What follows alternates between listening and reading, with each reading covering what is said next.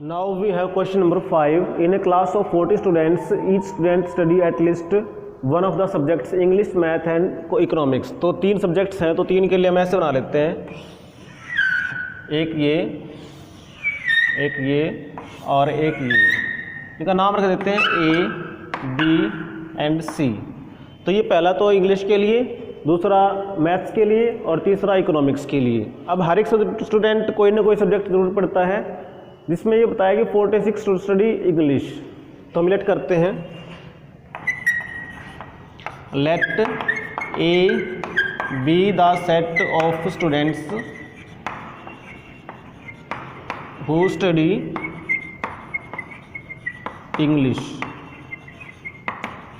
तो therefore number of element of A, English वाले हमारे पास हैं 46। उसके बाद बताया 22 मैथ्स पढ़ते हैं।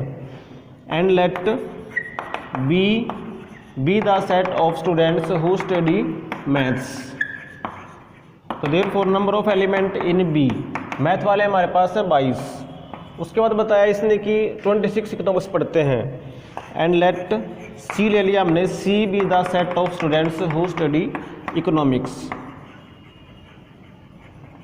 तो therefore number of element in C 26।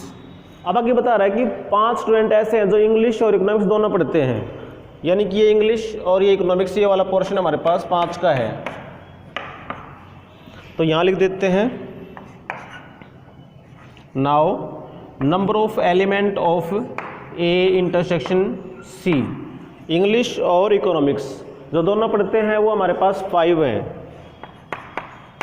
उसके बाद बताया हमने कि 14 जो है, जो मैथ और इकोनॉमिक्स पढ़ते हैं वो कौन से आएंगे, बी और सी वाले। Number of element in B intersection C वो हमारे पास है 14। और 2 ऐसे हैं जो इंग्लिश, इकोनॉमिक्स और मैथ तीनों ही पढ़ते हैं, तीनों वाले ये पोर्शन बचता है। And number of element of A intersection B intersection C वो हमारे पास 2 हैं। अभी शुरू में इसने बताया था कि 40 स्टूडेंट्स में से हर एक कुछ ना कुछ पढ़ता जरूर है। इसका मतलब क्या है कि यूनियन में 40 एलिमेंट्स हैं।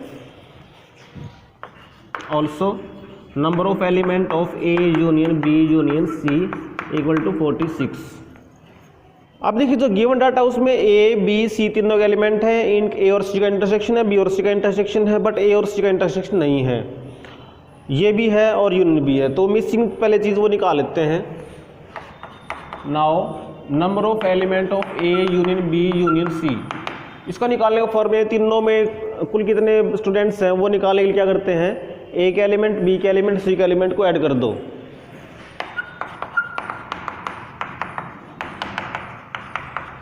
अब ये देखिए ऐसे ऐड किया तो ये जो पोर्शन था ये वाला 2 बार ऐड हो गया, ये भी 2 बार ऐड और ये भी 2 बार ऐड, तो एक बार हम घटा देते हैं।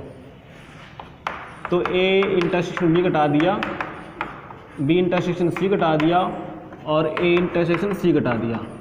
लेकिन ऐसा करने से ये वाला पोर्शन तो 3 बार ऐड हो गया, 3 बार सब्ट्रैक्ट हो गया, तो ये तो हमने ऐड करना पड़ेगा एक बार। और ये क्या है, तीनों का इंटरसेक्शन है। अब इसमें से जो मिसिंग है वो आपके पास आ जाएगा। तो A union B union C में एलिमेंट है हमारे पास 70, ए में है 46, बी में हमारे पास है 22, सी में हमारे पास है 26। ए इंटरसेक्शन भी हमने निकालना है, तो इसको एज इट इज छोड़ दिया। बी इंटरसेक्शन सी हमारे पास है 14, ए इंटरसेक्शन सी हमारे पास है 5, और तीनों में जो इंटरसेक्शन है वो है 2। तो अब यहाँ से देखिए ये निकालना है, तो इसको लेफ्ट साइड में ले आएंगे, इन तीनों को ऐड कर दो, 4 6 और 2 8 और 6 14, असल लगी 1 और ये 9, माइनस में करेंगे हम 14 और 5 19 और प्लस में 2। अभी 70 भी मार्ग इधर आके माइनस हो जाएगा। तो इसको देखते हैं, 94 एंड 2 96, और इनको देखें तो ये 9 और ये 89 आया। अब इसमें से घटाया तो हमारे पास ये 7 बचता है। इट मीन्स 7 स्टूडेंट्स ऐसे हैं जो इंग्लिश और मैथ दोनों पढ़ते हैं। तो therefore 7 students study English and maths. अब सेकंड में हमने निकालना है कि जो इंग्लिश मैथ पढ़ते हैं लेकिन इकोनॉमिक्स नहीं पढ़ते, इंग्लिश और मैथ वाले के आपके पास बचते हैं ये, और जो इकोनॉमिक्स पढ़ते हैं वो ये है। तो इसको इकोनॉमिक्स वाले को हम हटा दे तो सिर्फ आपके पास ये वाला प्रश्न बचेगा इतना सारा, यानी हमें इनकी काउंटिंग करनी है कि ये कितने हैं। उसके लिए हम क्या करते हैं, जो दोनों का इंटरसेक्शन ये पूरा आया था इसमें से हम ये वाला पोर्शन जो कि तीनों का इंटरसेक्शन है वो घटा देते हैं। तो now number of students who study English math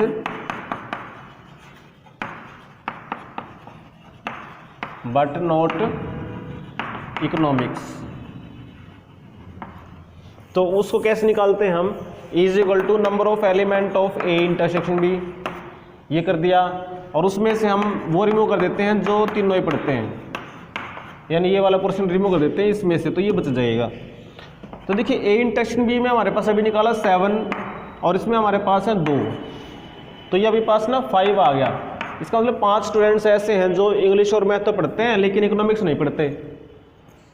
अब एक्सरसाइज 12.4 में क्वेश्चन नंबर 11 है कि survey shows that 67% of the people like product P1 whereas 73% like product P2। If X% like both P1 and P2 then find the value of X। तो हम 100 मान लेते हैं कि टोटल पॉपुलेशन है।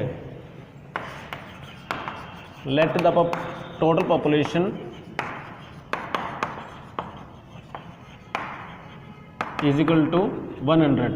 तो therefore A be the set of people who like P1। तो therefore number of element of A कितने होंगे, 100 में से 67% करेंगे तो 67 ही आएगा।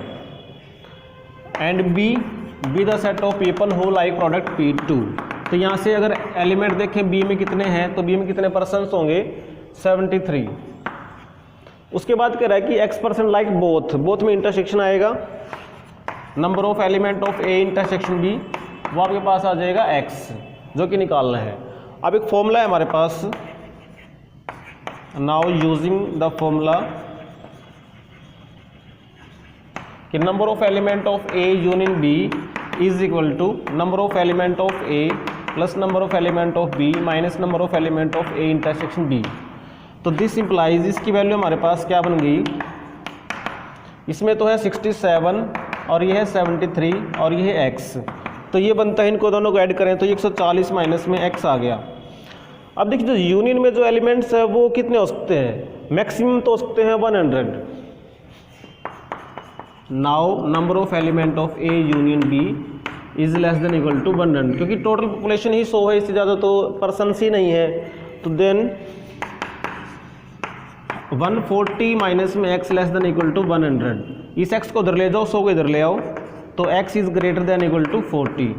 तो एक तो ये आया कि X की कम से कम वैल्यू 40 होगी। दूसरी चीज़ ये कि number of A union B है वो कम से कम कितना हो सकता है, वो कम से कम जो इनमें से बड़ा है ए और बी में से वो तो होगा ही, यानी 73। Now number of A union B is greater than equal to 73, तो उसमें इसकी वैल्यू रखें तो ये 140 माइनस में X greater than equal to 73। यहाँ से X फिर उधर ले जाएंगे तो वो लेस देन इक्वल टू लिखेंगे, इसको इधर लाके घटा देंगे तो ये आपके पास आएगा 67। तो यहाँ से दोनों रिजल्ट्स को अगर कंबाइन कर दें from 1 and 2,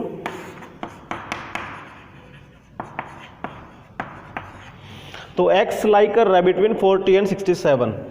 X is greater than equal to 40 but less than equal to 67, यानी X की वैल्यू कम से कम 40 हो सकती है और मैक्सिमम 67 हो सकती है।